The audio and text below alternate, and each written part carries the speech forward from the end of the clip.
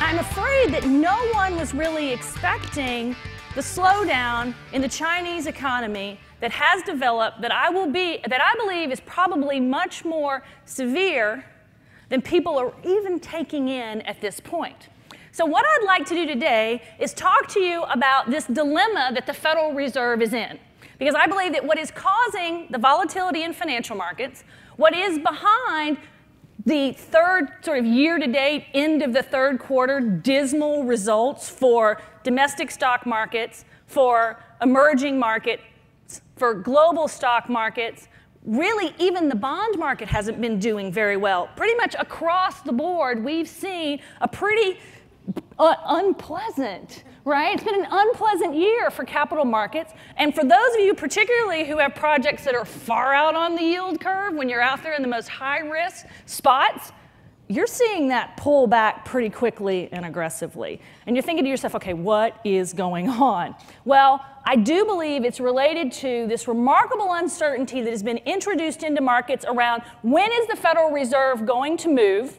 Because again, like I said, we were cruising into that September meeting all through the summer, and the Fed was right on track to raise rates, even by a little bit. Not going to be a problem, very well telegraphed, markets were expecting it, and then all of a sudden, they don't move. And we're going, will they? When? How much? Well, I'll get to the sort of point. I don't think it's going to be by very much. When the Fed does raise rates, it's going to be by just a little bit, and it will probably be sometime before the end of the year, probably at their last meeting. Because what the Federal Reserve is having to deal with are two opposing forces right now. What capital markets and any capital market participant is struggling with right now are two competing stories and narratives. On the one side is the slowdown caused by the Chinese economy globally. We're going to talk about that and the implications for that and what their crisis means. Try to get a handle on that. So that's on sort of the negative side of the scales. But then at the same time, if you look at what's going on with the U.S. consumer and what's going on in the U.S. economy, and people sort of forget, we've sort of discounted the U.S. consumer over the last few years, but we need to remember that it really truly is that U.S. consumer that is the driver of growth, ultimately. And what's going on with the U.S. consumer, all the forces are stacking up for the U.S. consumer to be the most positive environment that they have experienced in over 10 years. And the reason the Federal Reserve has been allowed to bring quantitative easing to a close, the reason the Federal Reserve was talking about raising rates at all is because the U.S. economy appears to be fundamentally back on very solid ground.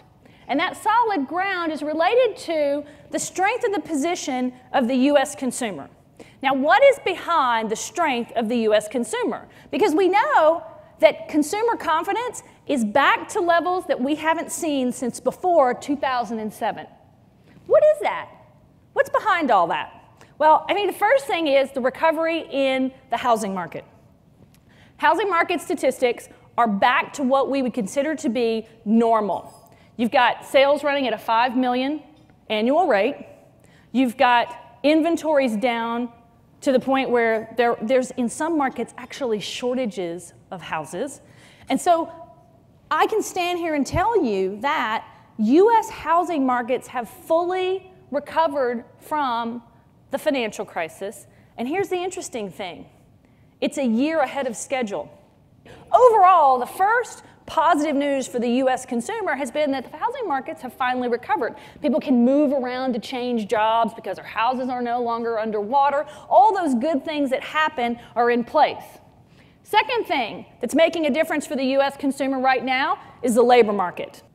Do not overestimate the power of the pump in terms of consumer confidence. Remember I said the powerful thing that prevented a recession in the United States after the Asia crisis was that gas got cheap and Americans went on a consumer boom. So if you think about it, this time last year, we were all paying nearly $4 a gallon for gasoline, right? It's expensive. But gasoline, oil and gas fall dramatically in response to a Chinese slowdown. And that's what's driving it. It's the Chinese slowdown. They're the marginal buyer for commodities worldwide. So if you are in any market or industry that is related to commodities, you've probably been feeling it for well over a year now. It started out in agriculture. It moved over into copper. Anything industrial has been suffering for over a year because the Chinese have been the swing buyer for so long, ever since 2000. They've been growing pretty consistently since they entered the World Trade Organization in '99, and now suddenly they're facing their first significant decline.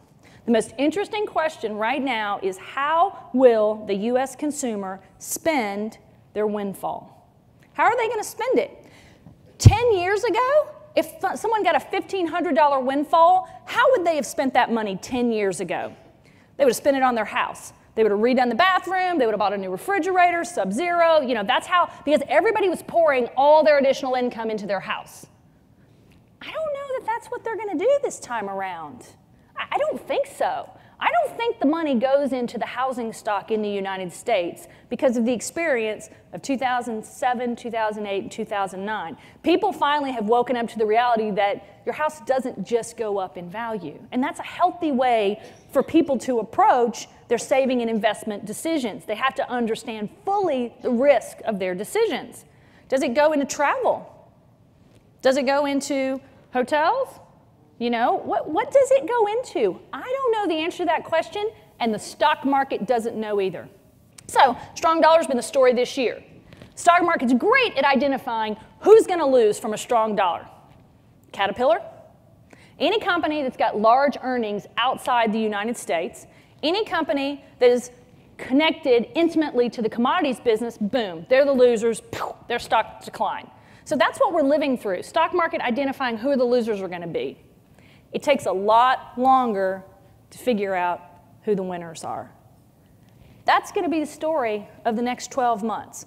What sectors, what companies benefit from an environment where rates go up, but they go up very, very slowly? The Federal Reserve is going to move at a snail's pace. They may even choose to raise rates in 10 basis point increments. We're all accustomed to 25 basis points every single meeting. Every single time. If they raise rates in a 10 basis points increment, it's going to take them over a year to get to a Fed funds rate of over 1%. It's going to take a long time. It's a really slow adjustment process right now. That's the environment that we're living in. Stronger dollar, and it's permanent. This is not a slowdown. It's not temporary. It's permanent. Federal Reserve raising rates incrementally. And finally, inexpensive commodities. And again, because I believe the Chinese slowdown is deeper and longer than what many people are thinking it's going to be, that means the outlook for commodities, it's not just a 1 or 2 or 3 year cycle. It could easily turn out to be more like 5 or 6. Long-term downturn for commodities.